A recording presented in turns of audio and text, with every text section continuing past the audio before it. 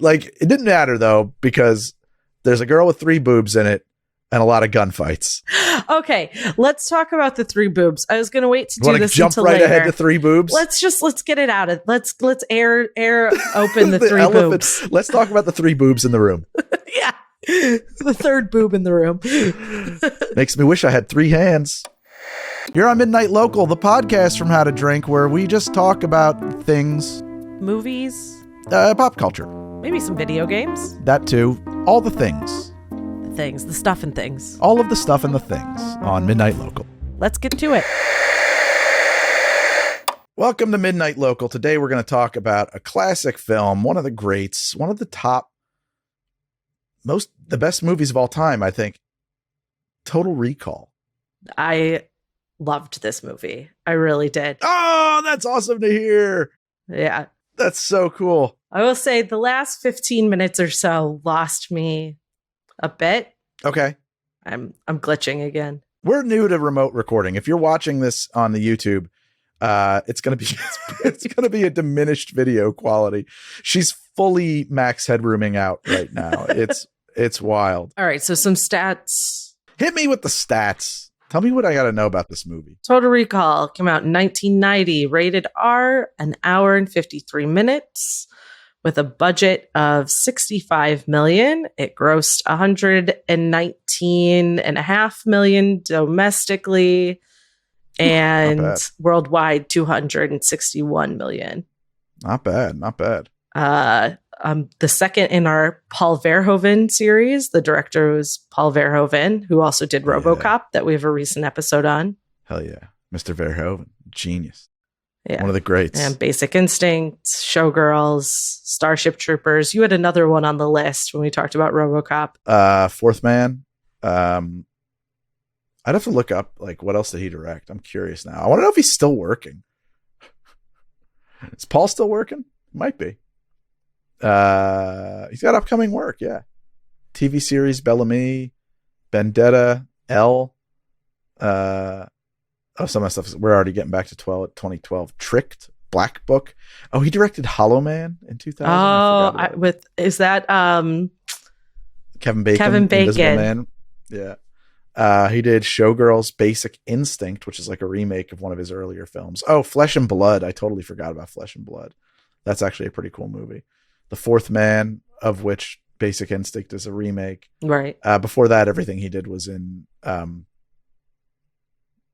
where is he? Dutch. Yeah. Right? Yeah, he's a Dutch director. And then one of the writers on this movie is our buddy Dan O'Bannon, who wrote and directed Return of the Living Dead. Oh, I did not realize this was an O'Bannon pick. That makes a lot of sense. Damn. Yeah, he's one of 3 writers credited. Oh, okay. That's fascinating. Okay. I'm just going to keep circling the drain on this. All right. Ooh, I'm going to let you sit there and ruminate on that while I talk about the leads. We've got Arnold Schwarzenegger, Sharon Stone, always bankable.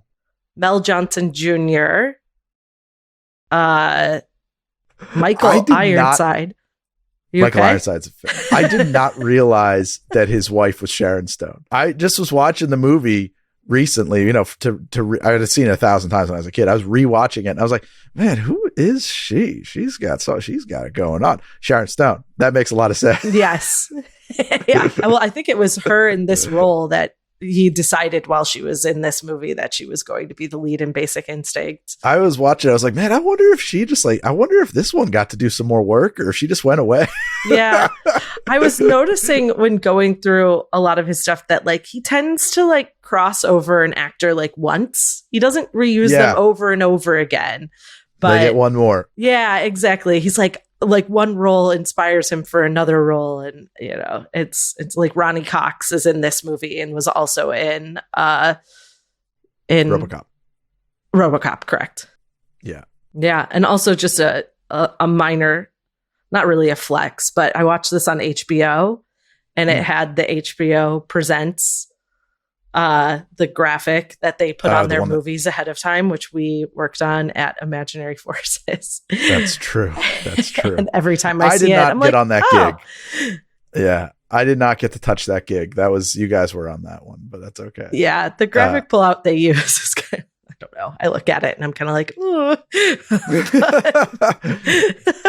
I mean, the original is so seared into my brain. Yeah. The city flyover and then going into the flying spaceship HBO and everything. Right. Like that. It's just like So we were tasked with recreating the original. They don't show the whole thing. It's a 2-minute piece, I think, but they only show the final pullout at the end where you see HBO as a block city, which like doesn't make a whole lot of sense unless you start at the beginning. But hey, it looks cool. Yeah, well, I mean, even the original, I don't think they've seldom used the original in its entirety when they were. Right. It was that pan up to the sky, and I think HBO is sort of like spinning around. Bum, bum, bum. Going into space. That's right.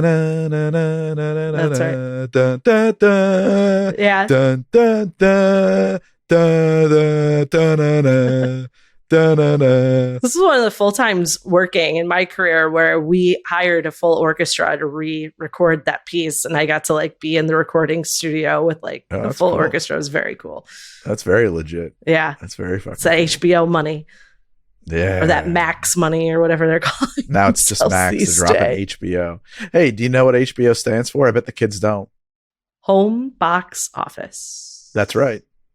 That's what my grandmother always called it. She had like my grandmother was like real into. She had pay-per-view when nobody had it, and the home box office.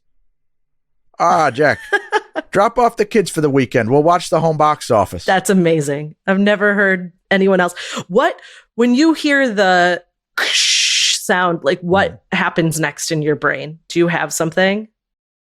No. Okay, mine's the Sex and the City title. Whenever I hear doesn't matter what show I'm watching, I hear dun dun dun dun dun dun dun every time. Yeah, gotcha. Rachel hears Game of Thrones. Well, now's the time for my Sex and the City stories. Yeah, we teased it in the last episode. I never got to work on Sex and the City, but I did work upstairs from Sex and the City. So prior to going to film school, I was privileged enough to be a production assistant at a place called Michael Schramm and Company. Which is like one of a couple big deals in the world of tabletop cinematography. We did like food commercials primarily, but also cosmetics. We did like one that was for Straight Line, which is a company that makes like tools, like construction tools for your home. I mean, they did other stuff too. I'm just thinking about what I worked on. Like slow motion food, sometimes just the inserts, sometimes the whole commercial. We had like a really long standing relationship with Wendy's. So with Wendy's, we would do the whole commercial, but like with like Dove Bar, we did one with Dove Bar. All we did was the food inserts. And like with Maybelline, all we would do was like the special stuff of like the Maybelline stuff, dude. So like, I don't know if you can imagine this or not, but like there's a shot that was been part of a Maybelline commercial for like mascara. And it's where like a smear of color suddenly like slides and resolves into a tube of mascara. And I can see that shot perfectly in my head, even though I've never worn mascara, but I've seen commercials. This was in the film days. We were shooting on the films on actual 35. How we got that shot, it never would have occurred to me. And it must have been the 10th time they gotten it. They probably did it for different products to reveal them, because like I'd seen it before we shot it. The camera was fixed on a table. About 3 feet in front of the camera was a diopter, which is just like a fancy word for a magnifying glass. And it was like, 2.5 feet in diameter, on a motion controlled set of wheels. So there was like a bicycle chain connected to one end of the magnifying glass. And then the product was on a modeling stick, these little black, like prop holder stick on the other side of it. And then the diopter was set at like a 45-degree angle. So from the camera's field of view was entirely still inside of the diopter, but like, think about how skewed that image would be. And then, because things would have wobbled if it took longer, we did it in like go motion, where it took like all day to shoot this. Like the camera would go, and then it would move a little bit, so super slow, so that there was no wobbling from the movement. And then just over the course of like 7 hours, like this thing slowly turned upright and brought the picture into perfect focus and clarity. And that's how this one shot of this smear of color turning into a tube of mascara was achieved. Anyway, I was at Silver Cup Studios, and we were on the 4th floor. We had the whole 4th floor. While I was working there, floor 3, if I'm not mistaken, was being used. I think floor 1 was The Sopranos. Floor 2 was Sex and the City. And floor 3 was like available for rent, for lease. Also, if you ever want to see the Silver Cup Studios, watch The Highlander, the first film, because the climactic fight happens on the roof of the studio, because they were just like, let's go upstairs to film it. It's just like the Silver Cup, like there's this huge neon sign, because it used to be a bakery, Silver Cup Bakery, that is like featured prominently in that scene. Anyway, many interactions with the crew and sometimes cast of Sex and the City while I was working there. One time they had a costume sale, and I went down and I bought a dress that was worn on the show. Oh, I didn't know that. A girl I was dating at one time. Yeah. Didn't fit her. Oh man, you should get that back. It didn't fit her. And I think she was upset that it didn't fit her because it was too small. And you never saw her again. Happily. That worked out well. But, and then, one night I was working late. And a lot of times we'd be working pretty late. And I get into the elevator. And so we had the 4th floor, but half the floor we would make available to other shows. And a lot of times they would put costuming up there. Get into the elevator. Oh, hold that elevator. Okay, sure. I hold the door. In walks attractive young lady wearing nothing. And I mean no undergarments, but a candy striper apron. That was the longest 3-floor trip in an elevator I've ever had.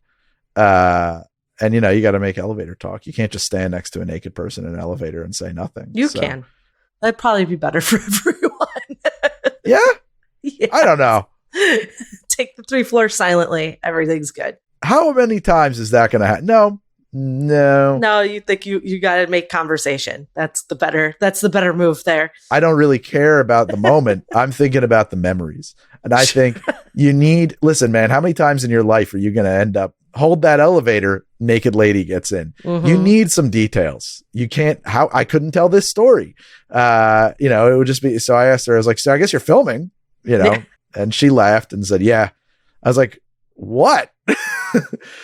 She's Sarah Jessica Parker's stunt butt. So all the times you saw Sarah Jessica Parker's butt on that show, no, I met the real butt.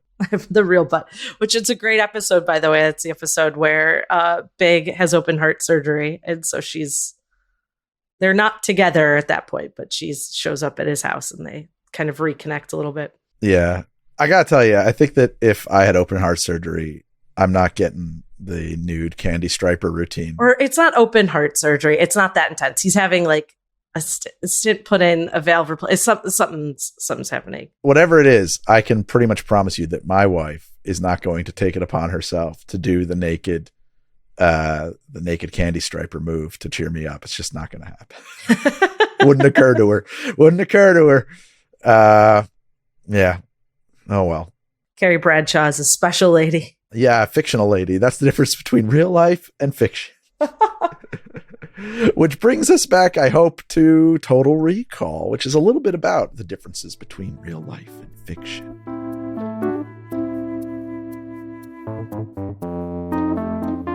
So you loved this movie. You'd never seen it before and you loved it? I had seen at least a part of it. The only image I had of this movie was the opening sequence where he rolls down the hill and his face explodes. His eyes bug out. Oh, the dream sequence. Yeah, and I think I was pretty little when I see that. But that image has been seared into my brain and probably kept me from rewatching it for a lot of years, actually, because as a kid, that was really unsettling for me. Sure. And then I knew he went into a head device and there was something to do with memory replacement or dream reading, but I couldn't remember what it was when I sat down to watch it the other day. Got it. So that was my experience with this movie. So I don't know if my sister was watching it and I was sitting there and decided to leave the room. I know I haven't seen the whole thing, but I don't remember what happened. I just remember that image. Oh, from what you saw the whole thing for this. Oh, yeah. Until a couple days ago. Yeah. But when I was a kid, I just caught that image, or it was on TV and we changed the channel. I can't remember what happened. I watched this movie a lot growing up.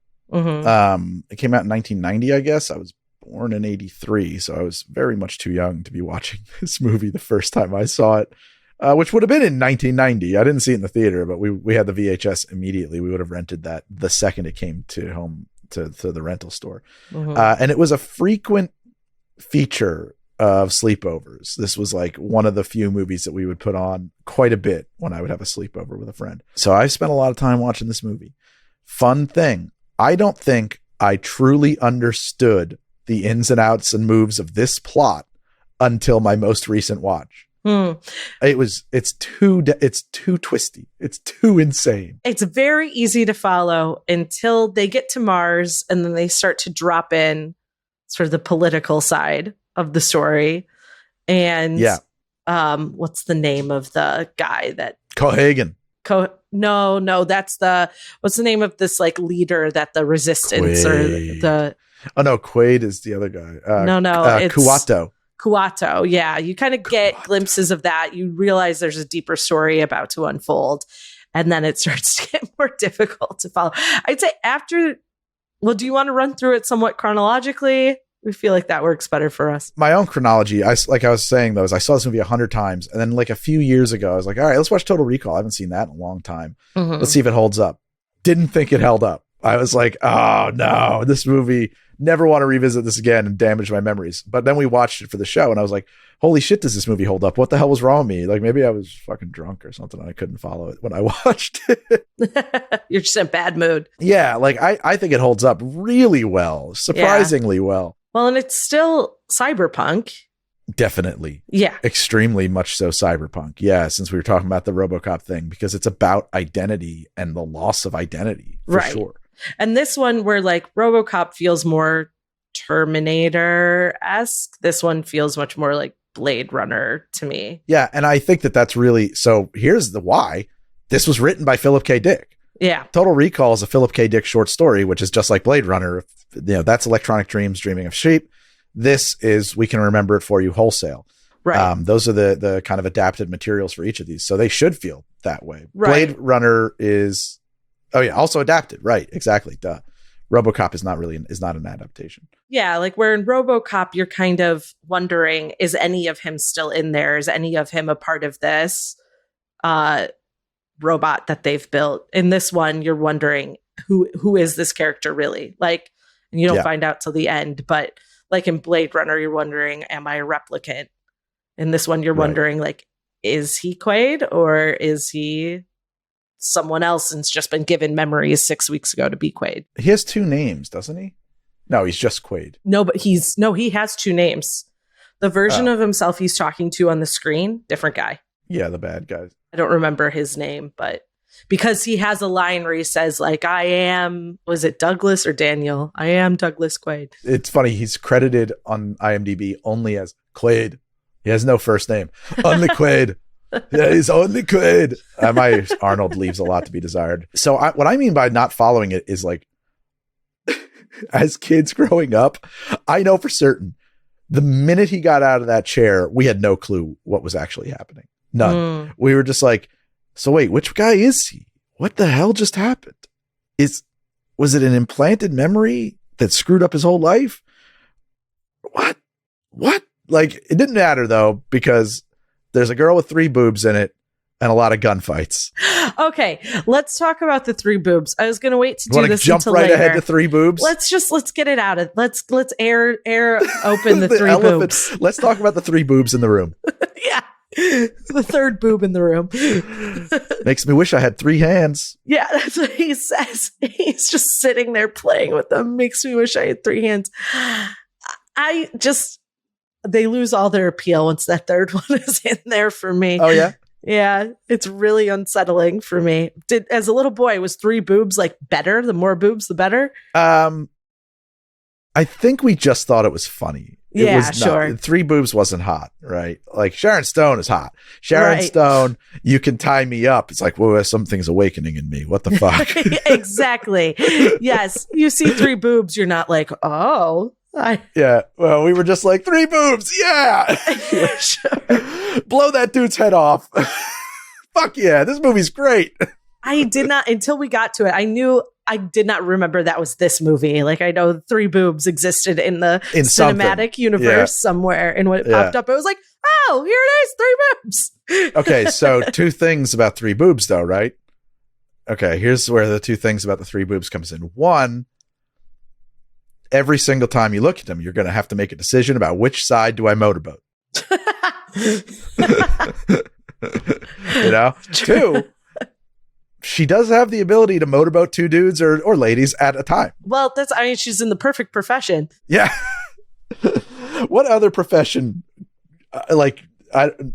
wet nurse to triplets? Yeah, that's what I was going to say. You're just a carrier, a child carrier. So, all right, let's get the three boobs out. Now we can move on now from the three boobs. And then that makes me think of the three seashells from Demolition Man. Have you ever seen Demolition Man? No, I have not. Another cyberpunk movie. Kinda. No, that's a movie that has the aesthetics of cyberpunk without being cyberpunk. Yeah. Well, so at first I thought this movie had the cyberpunk themes without many of the aesthetics. And then they come in more and more and more as the movie comes on. Yeah, exactly. Yeah. To your point about cyberpunk that you've made before, it starts much more like noir feeling. Yeah, and cyberpunk is kind of a noir genre. It's a neo-noir genre. Kind of, if you don't intentionally bend it in some other direction, I think it almost always works out to being a neo-noir genre. I just wanted to say Demolition Man, if you watch it, I just connected this. I always thought of it as Republican cyberpunk because like so many of it is like so many of like the basic premise of this movie is the future's too soft. Everybody's getting wimpy. There's way too much. The good guy in it is like, I don't want no nanny state telling me what's okay for me. I want to eat a pound of salt actually comes up as a line in the movie. So much more libertarian, maybe. Yeah, exactly. You're like right wing. Yeah, whatever. Sure. Got it. But also like when I think about it, like it also misses the boat on cyberpunk. Like it's actually not cyberpunk. It's cyberpunk aesthetics action movie. Fun movie. Really hard to hate that movie. I've seen it many times. Really great, cool, ridiculous performances and concepts in it. But yeah, that's all. That's my only point there. We'll have to add it to the list. I love the aesthetics of this movie so much, because I think now, like we were just talking about the remake of RoboCop, and it's got all this stupid like holographic floating screens, these interfaces nobody wants, these non-tactile, you can't feel them. Let me swing my arms around and keep them over my head all day long while I'm working on this computer. These people would have the traps aren't like they would just be jacked from doing this all day long. This ridiculous. Everything about this movie is tactile. You know, they've got a video phone, but it's a landline video phone. I love that. Oh, and when he whips that thing out, it's like the video. Oh, that video phone. I thought you were talking about like the video message that he talks to himself on. And he has to open up this whole suitcase. It's this huge thing. Yeah, exactly. But no, there's like those video phones everywhere. And then they've got, also I want to point out Paul Verhoeven. He had the vision of vertical aspect ratios. All of their video phones are in a vertical aspect ratio. He knew 9:16 was coming. Yeah, he did. I think Paul Verhoeven is a real visionary who could see the future, at least for a while. Or he's a wizard. A wizard. Paul Verhoeven is a wizard. He lost his ability of time travel somehow. Somehow he lost the machine. Yeah. It took too much toll on him. All right. So I think we have to walk through this movie in particular, beat by beat, because I always failed to understand the actual, like, what the fuck is Cohagen's plan? Because throughout most of this movie, it makes no sense. And then he kind of reveals it at the very end. And I still think it is easy for it to go right over your head. So we're going to walk through it beat by beat. And tell me if this is what you got when you watched it. Because I'm not joking. I've seen this movie 50 times. Finally got it. All right, let's do it that way. Also, one more comparison. If you're a Black Mirror lover, this movie feels like an episode of Black Mirror made in the 90s. Oh, yeah, I can see that. Yeah, very much so. RoboCop, not so much. This one definitely has that undertone of, have we created something truly horrible with this technology? Right. Yeah, it's great. So movie begins. Okay. We've got a guy who's working construction. Well, before that, he has a dream. That's true. He opens on the dream of Mars. That's right. Which is when we meet his wife, which is the only reason I bring us back there, because it's important that he's dreaming Sharon Stone of this brunette woman on Mars. And Sharon Stone is his wife, who is a blonde woman, not the brunette woman on Mars. No, and she's upset about him having this dream all the time. She's jealous. Sort of jokingly, but yes. And he wants to go to Mars, and she's like, why don't you go to Saturn or Jupiter? Why do you need to go to Mars? She's much more adamant. She's like, I fucking hate Mars. Yeah. I like, that is a shithole planet. She's pissed about it. And he also wants to watch the news from Mars all the time, and she like doesn't want to put that on. There is a Martian colony. We know that space travel is at least common enough that people take cruises around the rings of Saturn and stuff. But it seems to be it's out of reach for most people, because there is also recall, which will implant the memory, this company, of a vacation into your brain so that you can have the experience of having it, which is in itself the most cyberpunk of concepts right away. We're right there, because this idea about when does memory occur? When does the present even happen? It happens in memory. It is a you're always behind what's happening. Well, and it gets you thinking, like, would it be as good to just remember the experience without having it? But the point is you don't know that. Yeah. You only ever remember it. I don't know. Yeah. It really has me thinking, like, but the best part of the vacation is being on the vacation. But of course, I think that now while I'm looking back at the vacation. Yeah, anyway. You were never actually there. You're only remembering it. Right. Yeah. I mean, that's kind of crazy. Like, even really, like, right? Like, you know, you were never actually even there. Now it's over. It's a thing in the past. I could tell, you know, whatever. We're going to, you could spiral on that forever. Sure. Forever. Which is what makes this movie great. But yeah. My wife pointed out too, this, like, I love that in all of these movies, Arnold does not even attempt to do any other accent. Every character he plays is an Austrian. Flat out, period. I was like, yeah, but there's no reason these characters couldn't be Austrian. Yeah. there's no rule that says he couldn't be an Austrian guy. So why not? It's what makes Arnold Arnold. Works construction. Wants to go to Mars, has friends, talks about recall. Don't go to recall. They're going to fuck you up, man. They're going to destroy your brain. Don't go in there. What are you, crazy? Yeah, they have all these derogatory names for what it does to your brain. And so they're talking about a guy who ended up having to get a lobotomy because Yeah, he went fully schizoed. Yeah. He goes anyway because he realizes he can't go to Mars, and he could go right after work. He could just stop by and have his little recall adventure. He doesn't even have to get it. Goes at lunch even. Yeah, he doesn't even have to get his wife's approval. Immediately freaks out. Has a complete like mental breakdown. As we find out before they even implant the memory. They sedate him and throw him in a cab. My favorite taxi ever. The Johnny cab. Yeah. He's so saucy. And he's Carousel of Progress. Like, for so much of this movie, I felt like I was in Epcot or Tomorrowland. Yeah. I just love, how did I get here? The door opened and you got in. He like rolls his eyes. Yeah, he's fantastic. I love the Johnny cab. Do you know how they created that? That has to be animatronic, yeah? It's a puppet that someone's operating from off screen or something. It's very cool. The way his lips move is very, like, it's not just up and down. They like have motion. There's a lot of puppetry in this movie, and some of it is better than other parts, but a lot of it's pretty good, actually. Yeah. It works pretty good. There's probably a few times in the movie that, like, oh, that wasn't even Arnold's head. Like, that was literally just a dummy's head or something. Well, there's one in specific once we get to it, but there's one very, very clear moment that's true. He goes home. He tells his wife. She freaks out. He has to kill all of his friends from work. They attack him. They try and kill him. He shouldn't have gone to recall. Well, and you kind of realize, so this is still kind of a hole for me. So he kind of looks at his hands after he kills all them as like, I thought we were going in a direction where it's like he has some sort of like military training or something, because he seems surprised at his ability to effectively take on 4 guys with guns at once. Well, he does. Yeah. He does have military training. He's a spy. Like he's a fucking hardcore secret agent. Now, this is the thing. This is the central to me watching this movie as a kid. What we always wondered was, is this happening or is this the recall dream?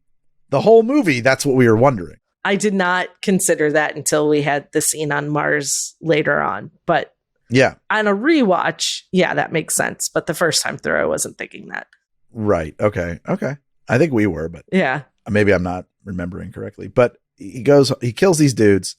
Did I imagine this? He shows her the blood. She freaks out. She calls some other dude to come and take care of the situation. Then she tries to murder him. Mm-hmm. She pulls out a gun and tries to shoot him. He subdues her. I love that once she is subdued, all is forgotten. Yeah. They're just sitting there. She slashes him with a knife, tries to shoot him, and then they're just sitting in the kitchen. I mean, he's got the gun, but they're just sitting there having like a lover's quarrel. Just like, oh, why'd you do that? I get crazy sometimes. Like, I don't know. Well, I think doesn't she tell him at that point? Like, yeah, I've only been married to you for 6 weeks. Yeah. She explains the whole thing. I don't care who you are. I don't know who you are. You're not you. I was assigned to you. Right. Everything is fake except for your job. That's real. And we've been here for 6 weeks. Yeah. Then who am I? I don't know. I knew she was a plant the second he came home. Because also in these movies, they always have to give the man a reason why it's okay to abandon their wife and like someone else. Okay. But also it's just, I mean, she's your femme fatale. She's a lot of things, but, and it's a cool plot twist. But I was like, oh, immediately when he got home, I was like, no way. She's a plant. You didn't think she might go along for the ride? Not at all. He's already pining over this brunette woman. He is. He says that he describes her fully in the chair as his ideal. Like it's demure yet sleazy. Yeah. I love how they're like, be honest. Well, I don't know. I think it would probably take some coaxing to admit, like, I like my women sleazy. Be honest, Arnold. Do you mean, livacious? No, I mean sleazy. What does that mean? Like, like she'll steal the light bulbs from a gas station rather than buy them herself. Sleazy. Well, she works in a brothel called like the 8 Ball or something like that. No, the Last Resort. Oh, there was a sign at the end. I didn't pause it. I saw it out of the corner of my eye. I'd have to go back and look at it. But I saw something that looked like it said 8 Ball. I was like, wow, really leaning into there probably was of the 1980s. Yeah, there probably was, but it's called The Last Resort. Yeah. The Last Resort. Jesus. What is demure but sleazy? What does that mean? Like, I think it means she presents as like a classy lady that you'd want to take to a very fancy dinner, but then once she gets home, she's kind of classy. I think it means sleazy in the bedroom. I think it means willing to try some stuff, but also she works in a brothel, so I guess it makes sense. She's like, but she's not like a lot of the other brothel workers we see or the sex workers we see are specifically fetish. Well, they're fetish, like the 3 boobs, like and she's not. She's sort of more of an escort style. She seems like somebody you have to approach too. Everybody else is advertising, "Hey fella, you here for a good time?" There's the demure part. Yeah, that's what it is. Like you have to go hire her specifically, and she's gonna be pissed about it. But you can. It was some writers in a writer room who wrote her character description as demure yet sleazy and thought that was just the most brilliant thing. And there you go. Made it right into the movie. Dan O'Bannon. Yeah. We're back to hippies love titties. He put 3 of them. Hippies really love titties. All my years of hanging out at strip clubs, all I wanted was one gal who had 3.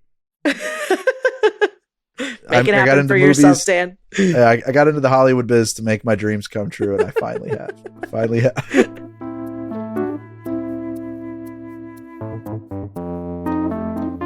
So he we find out that she's got a husband, Michael Ironside, who I want to point out is punching way above his weight class. He is. Oh yeah. Wow, is he out of his league? Holy shit. Yeah, but that's typical of women and female and male relationships in movies, straight relationships in movies. Sure. He's gonna try to kill him. I love you got Hacker Man, his assistant, who's got the big Casio tracking TV. It says Casio right on it. Just before we get off that point, they keep coming back to the point in the movie of like, would you want your wife like placed with that guy? Like they all know that like Arnold got that great line where he's just like, I'm sure she hated it. Yeah, right, exactly. And she even says to him before everything goes haywire, like, you wanna hook up one more time just before this is over for old time's sake? Well, I think she's trying to keep him there so that the other guys can come in and cap him in the head. I think she is too, but I also think she wants to. Well, I mean, it's Arnold. I also think that I had sort of a moment about male beauty standards while I was watching this, because Arnold was also always like the biggest, most jacked guy. And he got into that chair to have his memories wiped. I was like, he looks very normal by today's standard. Yeah, that's true. I mean, and he, when you look at those movies from that time period too, though, he was big. He was significantly bigger than all of this super jacked action stars of the time period. Of the time. That's my whole point, though. Like Stallone couldn't touch that guy with like a 10-foot pole. And you know what I mean? Like, and Stallone wasn't no slouch either. No, but you put him up against like how jacked these guys get for Marvel movies, or you put him up against The Rock, and like The Rock is ridiculously huge, right. Dude. But like there's more and more stars falling into that category. It's not, he's not an outlier. He wouldn't be an outlier today by any means. No, but I also think that like Schwarzenegger probably at that time largely had to figure out how to look like that on his own. Yeah. Mm-hmm. Now, you know, and finally people are starting to talk about this, guys who are on the receiving end of it. You know, Rob McElhenney talks about it a lot, which is like, how do you get in shape? Well, the studio hires you a guy to tell you what to eat. It's very expensive. And then they hire a trainer to come over to your house 4 times a day. And, you know, and you just do what they tell you. It's great. And you got some guys talking about steroids finally, because like The Rock is on a lot of steroids, flat. Like he is like a lot, like those dudes, especially at his age. Yeah. You can't keep that muscle mass on your own at that age. You never can. It's not physically possible. Even Arnold years later, he was like, yeah, of course I was on steroids. We all were. We didn't know it was bad for us. I stopped when I found out. No, you can't. That is not, if you want to know what it looks like, if you lift all the weights in the world without being on steroids, look at the world's strongest man guys. They're all just look like bowling ball dudes. They're boulders. Yeah. That's a really good point. Yeah. They have to have the heft to manage it. Well, and you got like a lot of smaller guys that are stronger than these bigger guys, because it's just these very isolated, specific muscles that they're just growing. Vanity muscles, people call them too. All the same, I wouldn't want to get slugged in the face by a Schwarzenegger at all. Yeah. Don't try and mimic stars ever. They have help. They all have help. I've run into this on the fertility journey. You've got women being like, and I got pregnant when I was 50. And it's like, but you're not telling the whole story, because never has an embryo been made from a 50-year-old's egg. You froze your eggs when you were in your 20s or 30s. I'm sure it happens, but it's rare. No, it's never happened. It has not happened.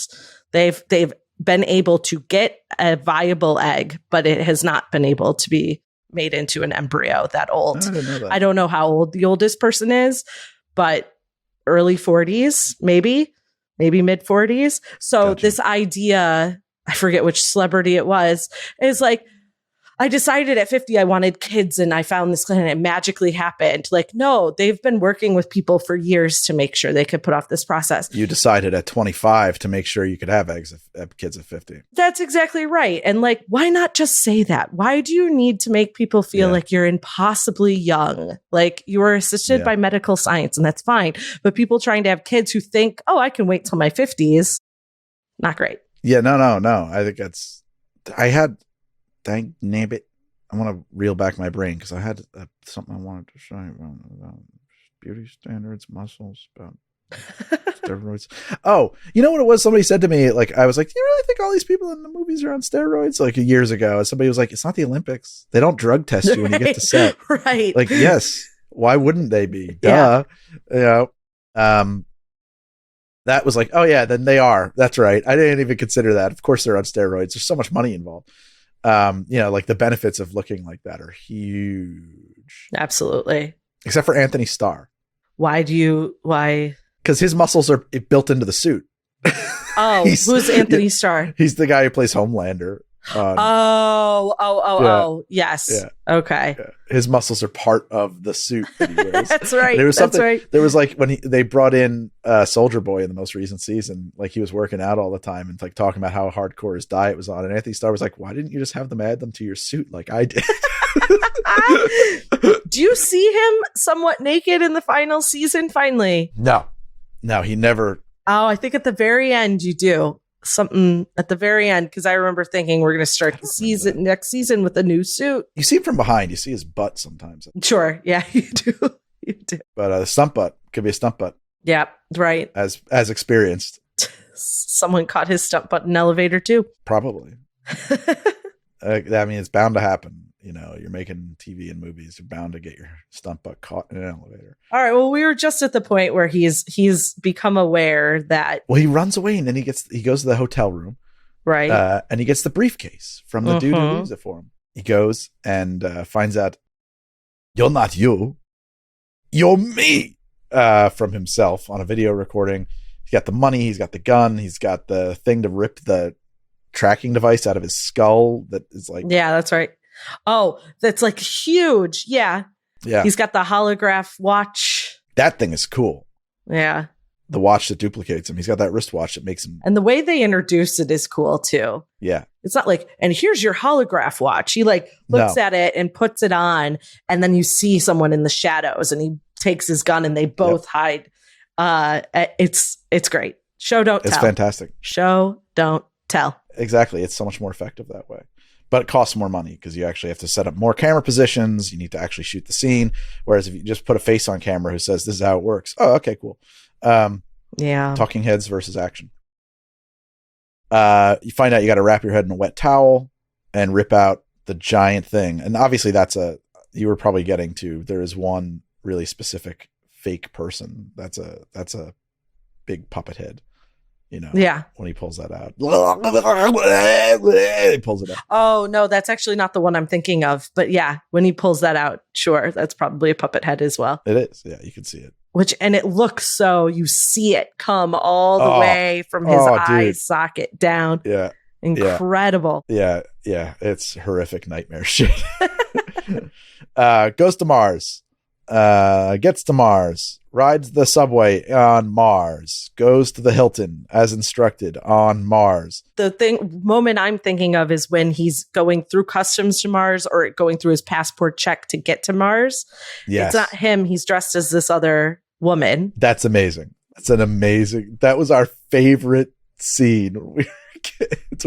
When he removes her head and is holding it above his head in that first shot, as you see the head come off, it's a fake head. It's a puppet. Yeah. It's a puppet underneath. And then you cut away to the hands and then back down and then it's him. The way that head opened up, fucking coolest thing I'd ever seen at that point. Like, and it was like so organic looking, and then the metal underneath, like, is super cool. Oh, I love that. Just to step it back too. How about the security on the subway? How effective is that? We have a huge fluoroscope wall where we can see everybody's bones.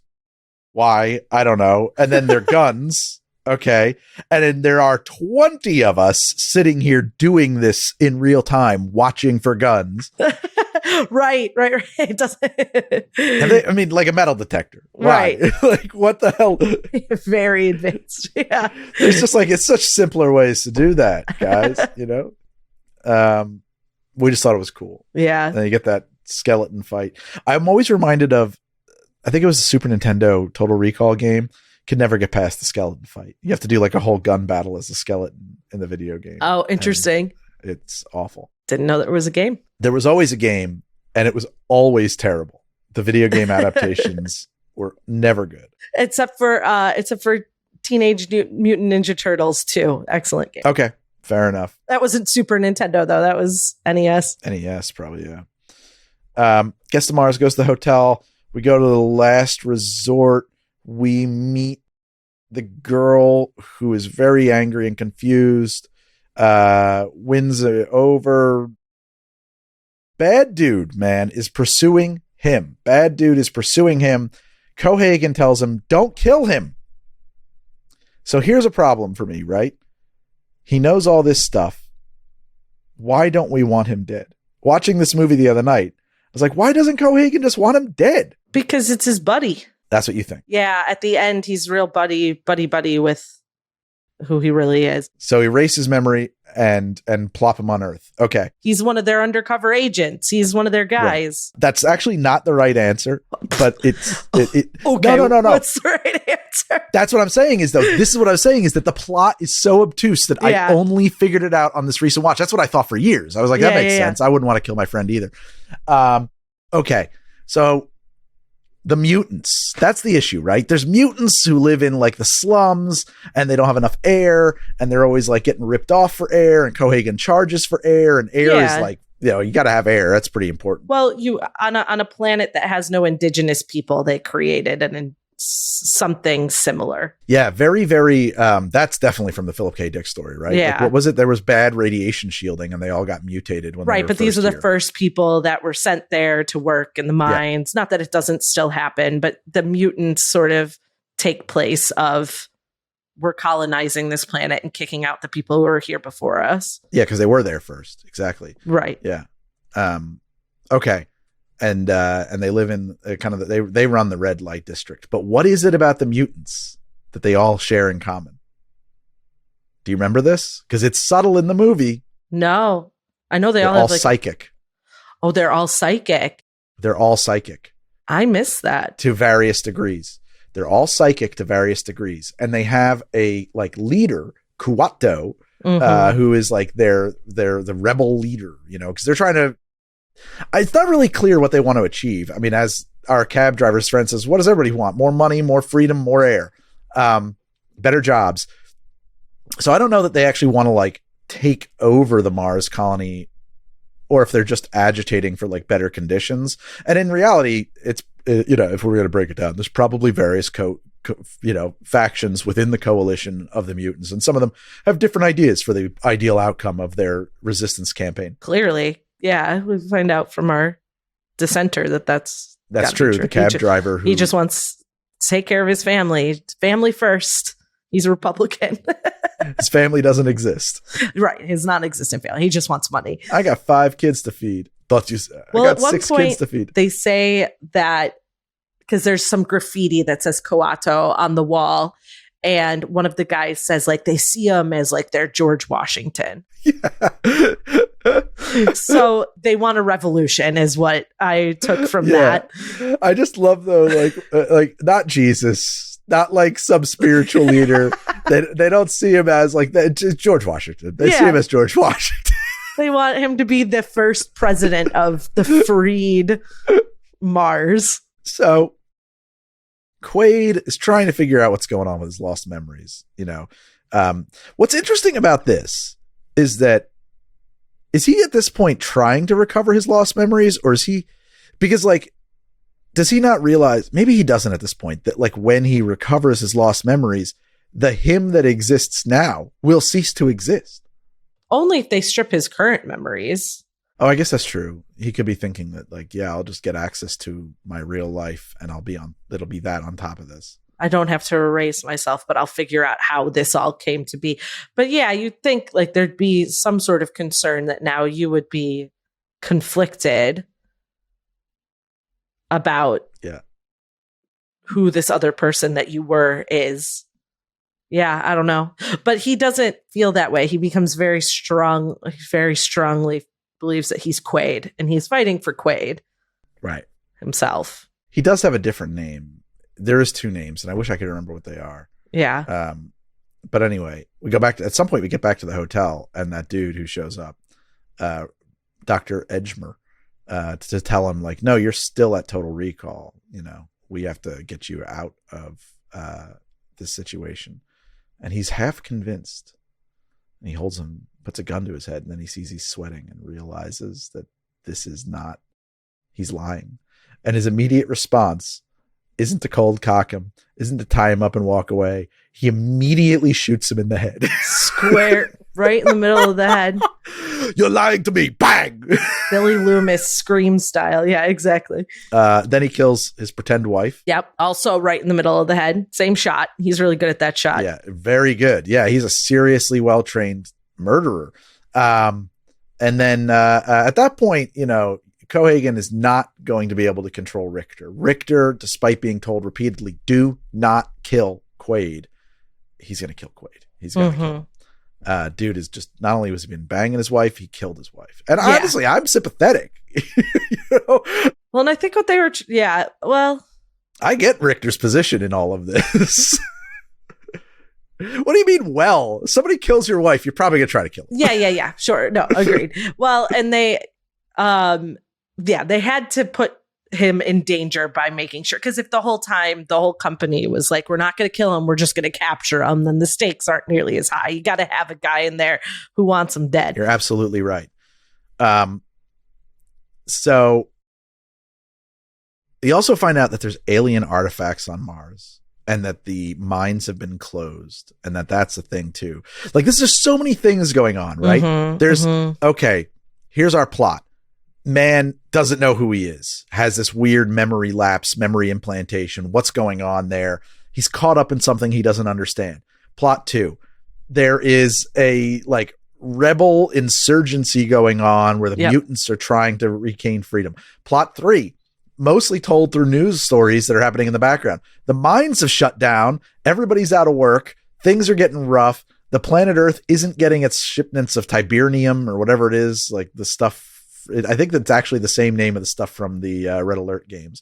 Command and Conquer games, like Tiberium or something.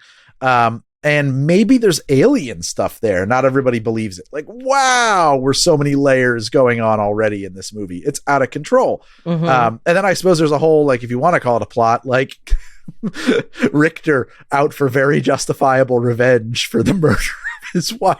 Yeah, sure. So many things happening. Well, and you still don't know what Copenhagen's. Not Copenhagen, Cohaagen. Copenhagen. I was still very. I didn't know what his goal was. Right? Yeah. Yeah. Just to keep people enslaved. Right. I suppose. Yeah.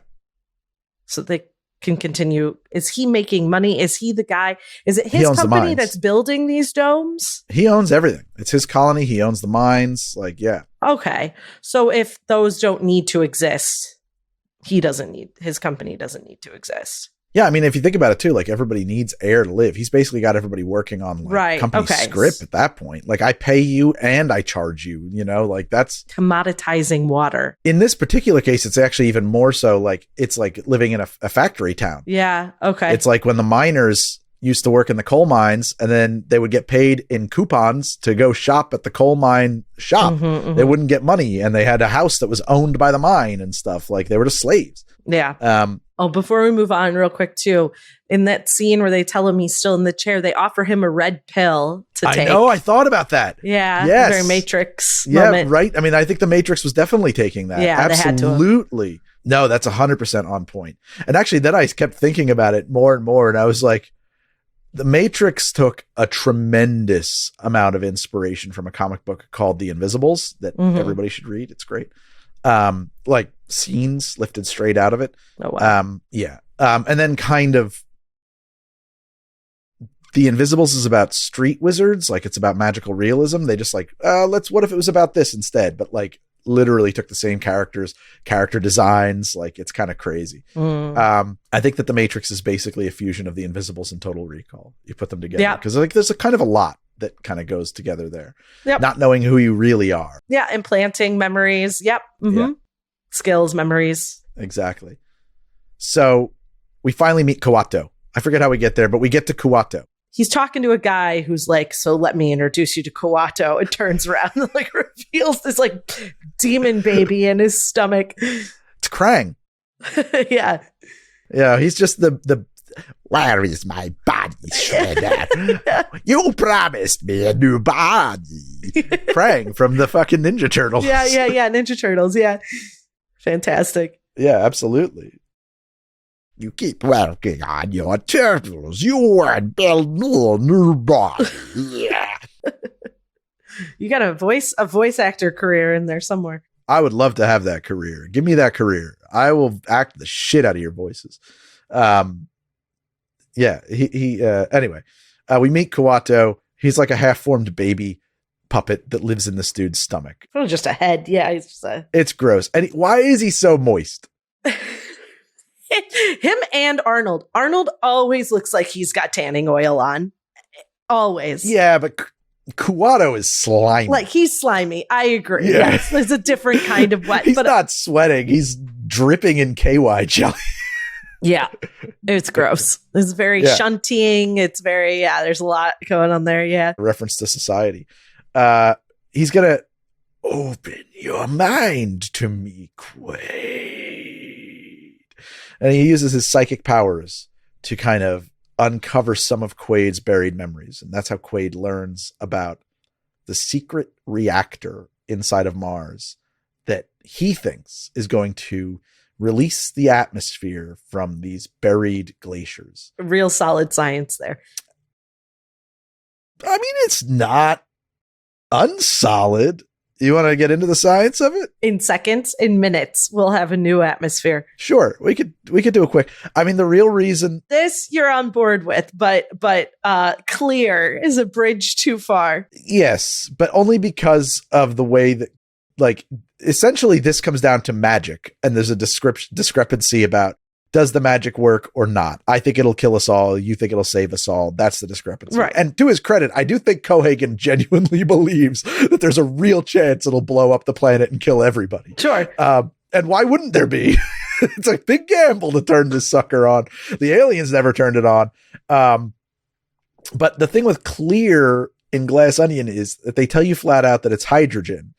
And then there's an argument about what the problems are about hydrogen-based fuels. And it's like, but there are real problems with that.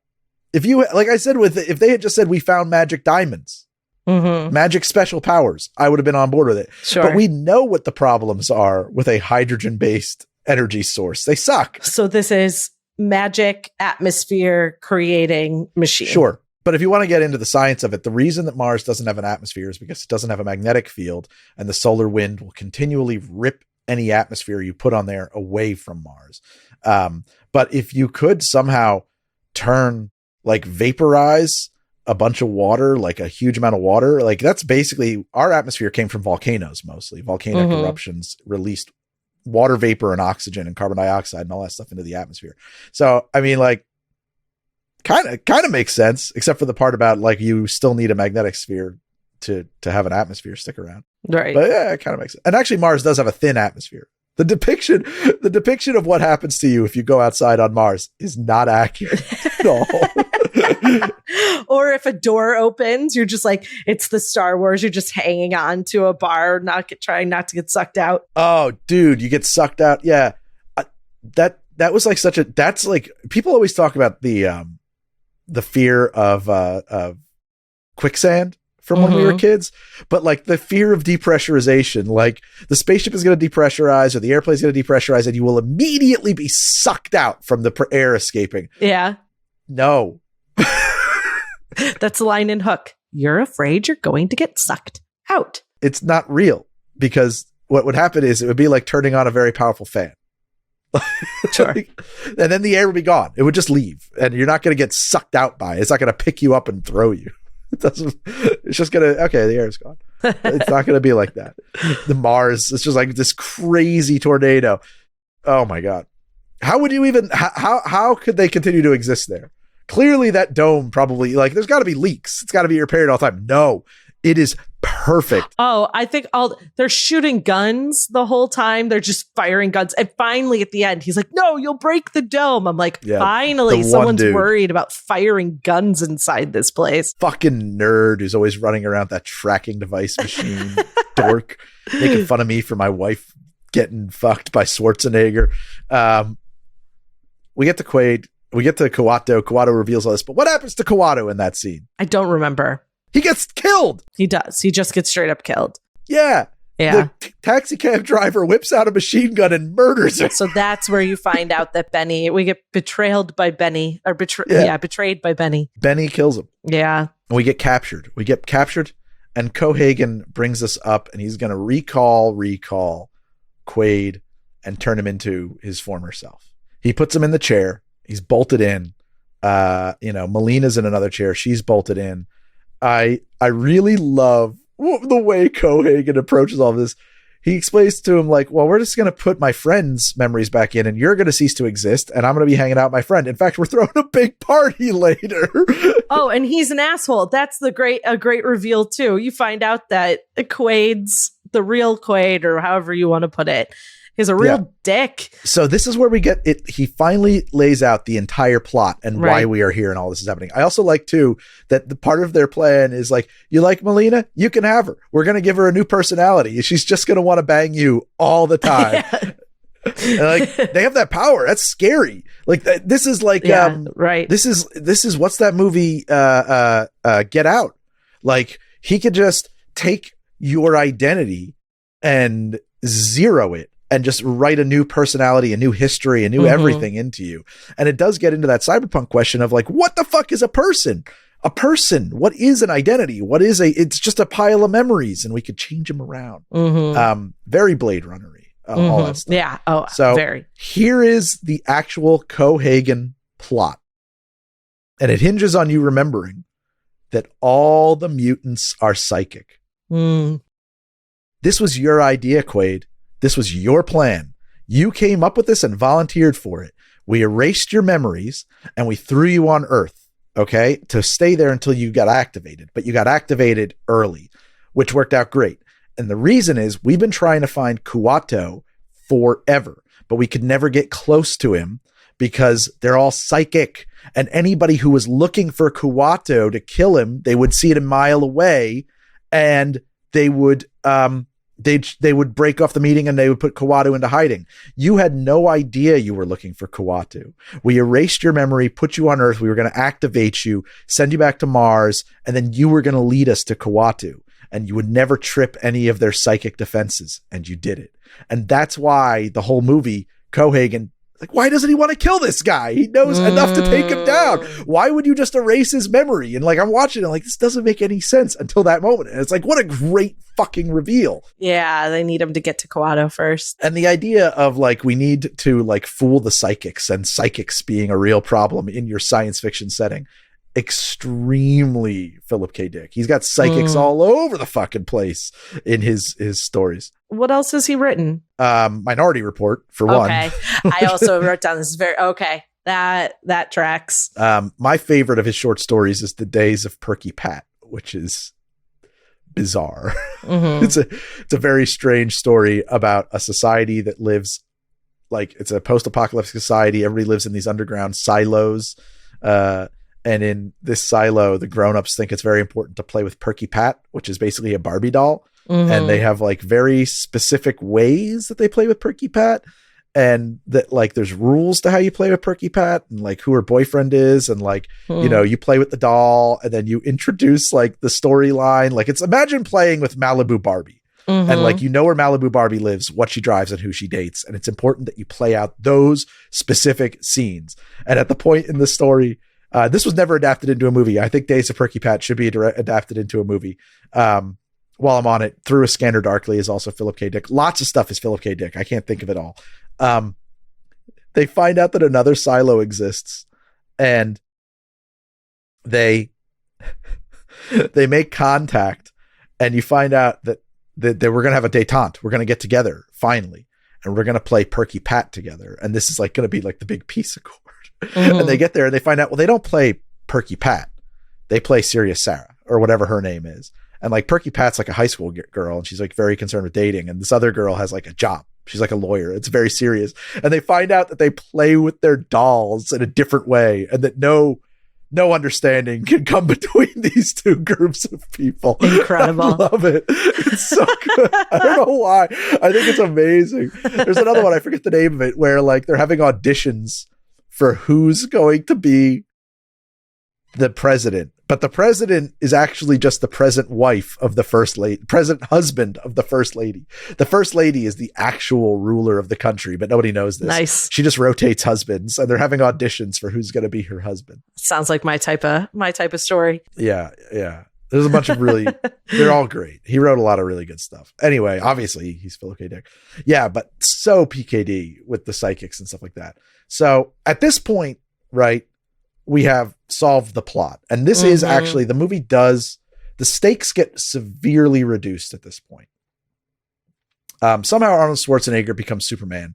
He pulls out a like 8-inch long solid steel lag bolt or through bolt from his chair and uses it to stab a dude in the head. Brilliant. And they escape before being memory wiped. And then he kills everybody. Well, we finally get the payoff of the holograph. You can tell I really likes the holograph. Yeah, that's right. They have that crazy gun battle. Which movies used to do this better, right? They would plant a really strong seed and then just leave it alone. Just let it lie. Yeah. And then when it needs to come out, it's like, oh, yeah. Yeah. I love when they're switching it back and forth and they're both taking turns using it. And he's just laughing. He just thinks it's hilarious. Is it me? Oh, yes, it is me. Yeah. Give these people air. I love that too. I can't watch this movie and not scream every 3 to 4 minutes. Cohagen, give these people air. Also, there is some stakes, which is that the mutants are all going to die. I forgot about that. They cut off the air supply to the mutants. Mm-hmm. That's right. Yeah. From an audience perspective, that's dependent on us being really attached to these mutants. I am. I felt it. I had a moment where I was like, does this end with like everybody dying? I wasn't sure if he was going to succeed or what success really even looked like at that point. But from an intellectual standpoint, of course, I'm invested in the mutants. But from like let's sit back and eat popcorn. Like, it's hard to be invested in these characters who you met in like 1 or 2 scenes, who are not like the people who are outside of where the mutants are running out of air is really where your emotional investment lies. Yeah. Well, they've already killed 3 Boob, which is a real disaster. Because if you had some cutaways to her. Yeah. Some people you got to know a little bit more, but. Well, they have that little girl with the face. Yeah. Right. And the mom. Mm-hmm. Yeah. They're the stakes. You're supposed to, I mean, and it's effective. It's really effective. Yeah. That kid, even though you can't see half of her face or whatever, like, boy, she pulls at those heartstrings. She's a powerful character. Mm-hmm. Kills everybody. Kills Richter. Kills them all. Total recall. Success. Richter never gets his very justifiable revenge. Maybe not. Maybe it's not that justifiable. Yeah. I mean, not really. His wife's a soldier too. Yeah, that's true. We get to the reactor room and Cohagen and him have this face off, and Cohagen genuinely believes that this is going to kill everybody. It's not just about the money at that point, because if it was, he would offer to buy Quaid out. Mm-hmm. Right? He'd be like, look, I'm going to make you rich. Like, leave it alone. Instead, he's like, you're going to kill us all, you son of a bitch. And I think the movie makes a mistake here because he shoots. Does he shoot Cohagen? No. Cohagen falls out to the bad atmosphere first and dies. He falls first and he's out long enough to die. Yeah. And then we activate the reactor. It's got that thing where you got to put your hand in it like that. Yeah. Very cool. Love it. Very, very cool. I want to say the reactor, the way it looks and the way it operates, one of my top 10 favorite, like, cool science fiction machines when I was a kid. Okay.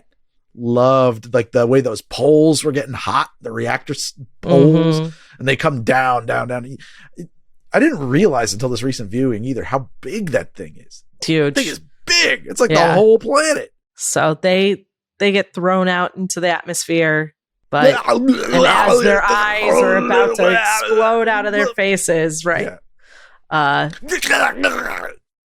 Yeah. Very ugly. It's a very ugly death when you die on Mars. Yeah, it is. It's got to be a closed casket. Just exploding body parts.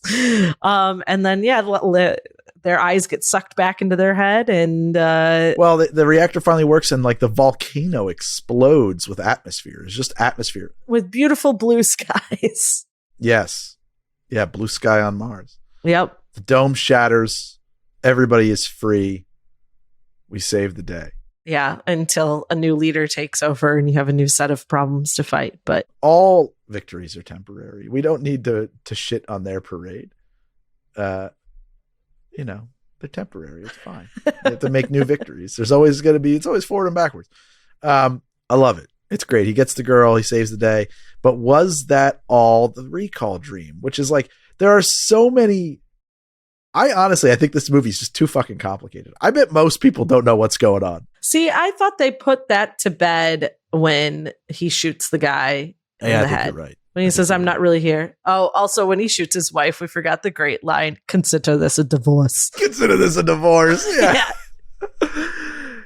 It must have been in his contract that like, every time I kill someone, I get to say something. Yeah, I get a catchphrase line. Because there's so many, like his whole career is filled with them. I think the movie that has the most, and it's like built for that purpose, is Running Man. Mm-hmm. Is that Philip K. Dick? No, that's Michael Crichton wrote Running Man. Anyway, I love this movie. This movie does do one thing that's nails on a chalkboard for me that I hate when it happens. What's that? They inject the title into the movie in a line. Oh yeah. And it's in this one, it's so he could have a total recall. It's like, she says he doesn't remember anything. He says that was then in an hour he could have total recall. It's like, you might as well like stop, look at the camera, wink, total recall. Drives me crazy. I'm actually for it. I hate it so much. No, I think saying the name of the movie is great. When you make a movie where it's like the title gets said over and over again because it's like a thing in the movie, like, I don't know. I can't think of a perfect example right now, but like Peter Pan, it's his name. That's fine. But when you just find a place to inject it once, it makes me insane. I love it. It's so cheesy. Like, that's what I like about this movie, right? And I think we talked about it with RoboCop, his point being that, like, no, you have to hold the machine gunning the guy to death too long so that we venture into the absurdism, right? Like, this movie is still absurdist. And I think that it knows it's a movie. Like, you know what I mean? That's why saying the name of the movie in the movie is great. It knows it's a movie. It's so silly. Like, it is. I think it's camp a little bit. A little bit. Yeah, it definitely. Well, Arnold is camp in a way. Like, anything with him starts to feel that way in hindsight. Probably not when you saw it in 1990, but now it does. It's like anything with Nicolas Cage or Goldblum. Yeah. Yeah.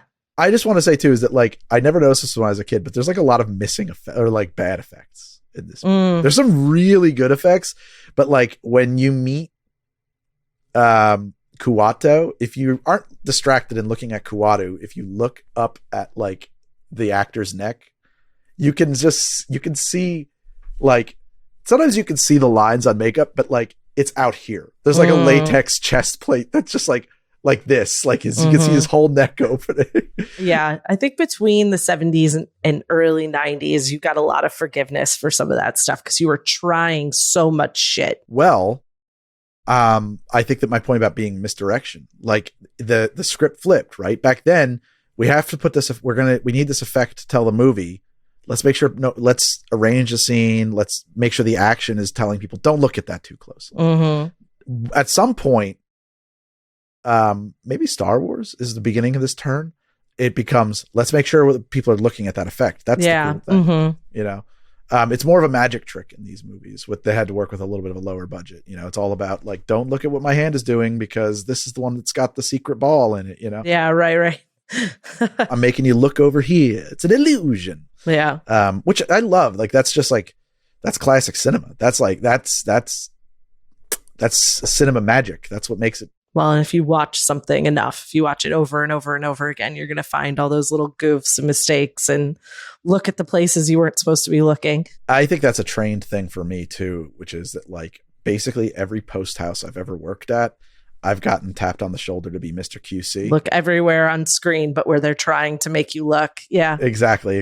Like I find those one frame pops, find that, you know, every single thing. You wouldn't know it from watching How to Drink because there's all kinds of typos and errors in there. But I don't QC How to Drink. I intentionally am not that guy on that show. Yeah, it's tough. There's too much to do. There's at least one missing blue screen. Oh, really? I think it's after he like the customs scene when like the head explodes and they're running through the halls and whatever, and there's all kinds of guns being fired. There's like windows out on Mars, and like, you know, it jumps out because Mars is fucking red. Yeah. And then all of a sudden there's this bright blue screen. It's only there for a second. You know, you whip right past it, but yeah, it's an incomplete blue screen. I love that. Go back. I'm sure. Is there a remastered version of this movie? I think if there was, we would have seen it. That's what we would have watched, right? Probably. And watching that movie and looking at the sets in it and stuff like that. So we are finally on like the home stretch of buying a house. And you know all the crazy shit you said you were going to do if you ever had your own house when you were a kid. Mm-hmm. I'm going to do it all. Good. That's currently doing that to our house. I've decided that I'm going to take the basement and turn it into a science fiction. I'm going to basically recreate Total Recall Mars in the basement. That's my goal. I love the sets of this movie. I love just like the steel plates with holes in it. I love it. It is beautiful, tangible, just metal. It's all metal. There's no wood in the entire Mars sequence. And I love... Nor should there be. Exactly. But that's why it's just like, the interiors of the bars. I was thinking the same thing. Like we have this big dream of building like a little windowless speakeasy in our basement. And I always wanted to make it like the interior of the Ministry of Magic in Harry Potter. And for lots of reasons, I'm sort of rethinking that idea. But looking at the interior bar of this sequence, I was like, I just need to go full like colonized Mars, metal, rusty, just like very cyberpunky, neon signs, places. Like, yeah, I was really digging it. Well, this has been Midnight Local. Our producer is Annie Villalobos. Big thank you to her, and also to Heather Vaughn, who did the artwork. See you next time on Midnight Local. Where can they hear it? Anywhere you get your podcasts. Yeah, or on YouTube at youtube.com/Midnight Local. Go listen, watch it, click links. Yeah. Do things. All right, kids. Stay safe out there. Bye-bye.